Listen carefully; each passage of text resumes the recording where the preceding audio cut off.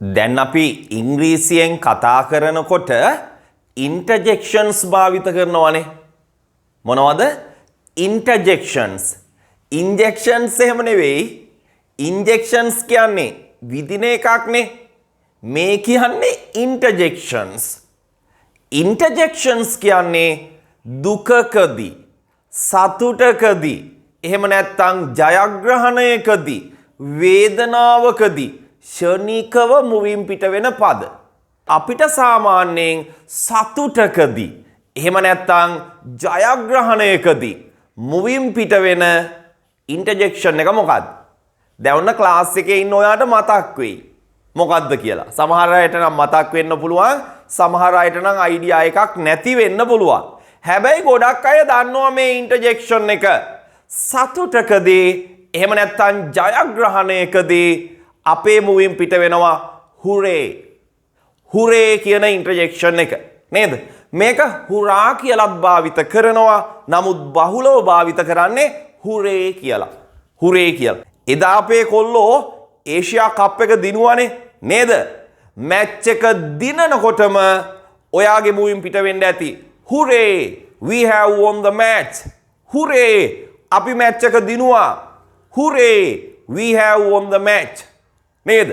එතකොට සතුටකදී මේ හුරේ කියන ඉන්ටර්ජෙක්ෂන් එක අපි භාවිත කරනවා. දැන් සතුටකදී ඒක ගත්තට දුකකදී එහෙම නැත්නම් මොකක් හරි අහලා ෂොක් වුණාම අපි ගන්න ඉන්ටර්ජෙක්ෂන් එක මොකක්ද?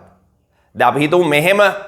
දැන් තාත්තා ඇවිල්ලා අම්මට කියනවා, Kalyani, our daughter has run away with that boy. අපේ කෙල්ල අර කොල්ලත් එක්ක පැනලා ගිහිල්ලා. අම්මා කියනවාද හුරේ කියලා?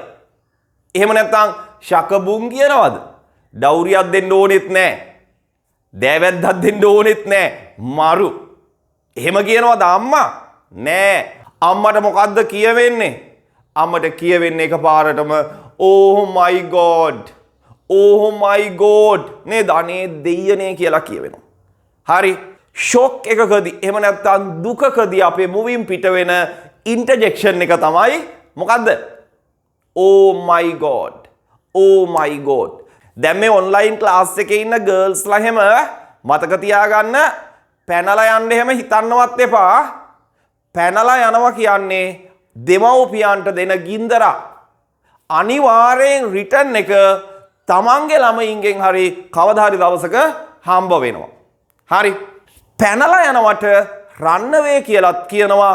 ඒ වගේම හඳපානේ හොර රහසේ කොල්ලෙකුයි කෙල්ලෙකුයි පැනලා යනවට එලොප් කියලාත් කියනවා. ELOPE එලොප්. පැනලා යනවා. මේ ක්‍රියාපද ඔයා මතක තියාගන්න. ක්‍රියාපද මතක තියාගන්න. හරි. අපි තව ඉන්ටර්ජෙක්ෂන් එකක් කතා කරමු. ඔයා බෙන්ච් එක වාඩි වෙනකොට ඇණයක් තිබිලා ඔයාගේ පශ්චාත් කලාපය එනවා. ඔයාට මොකද්ද කියවෙන්නේ? වව් කියනවද? ඇන නිකන් සැපට ඇනෙන්නේ නෑනේ නේද? එහෙම කියන්නේ නෑ. සිංහලෙන් නම් ඔයාට කියවෙන්නේ මං අනිවාර්යෙන් දන්නවා මොකද්ද කියවෙන්නේ. ඔයාට කියවෙන්නේ ඌයි කියලා කියවෙනවනේ. ඉංග්‍රීසියෙන් කියන්නේ ouch කියලා. හොඳට මතක තියාගන්න. ouch. වේදනාවකදී අපි භාවිත කරන්නේ ouch කියන ඉන්ටර්ජෙක්ෂන් එක. ouch. දැන් ඔය පාරේ සුද්දියක් එහෙම යනකොට පොඩ්ඩක් දුවලා ගිහින් කොනිත්තලා බලන්න. ඌ ouch කියනවද කියලා. හරි. මේ විහිළුවක් කරේ. දැන් පාරේ යන සුද්දියෝ එහෙම කොනිත්තන්න යන්න එපා. තව නඩුවක් දැන් අපි දැකලා තියෙනවා මාර ගස් යට කොන්ක්‍රීට් පළු උඩ වාඩි වෙලා ඉන්න කපල්ස් දැකලා තියෙනවනේ. කොල්ලෝ කෙල්ලෝ එවනේ. දැන් කොල්ලා කෙල්ලගේ අත කොනිත්තනවා. හයියෙන් කොනිත්තනවා. කෙල්ලට රිදෙනවා. කෙල්ලගේ කටින් පිට වෙන්නේ මොකද්ද? ouch. ouch කියලා තමයි කියවෙන්නේ.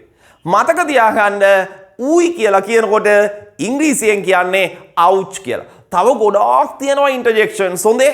තව ගොඩාක් තියෙනවා. අපි වෙන වෙලාවක කතා කරමු. right?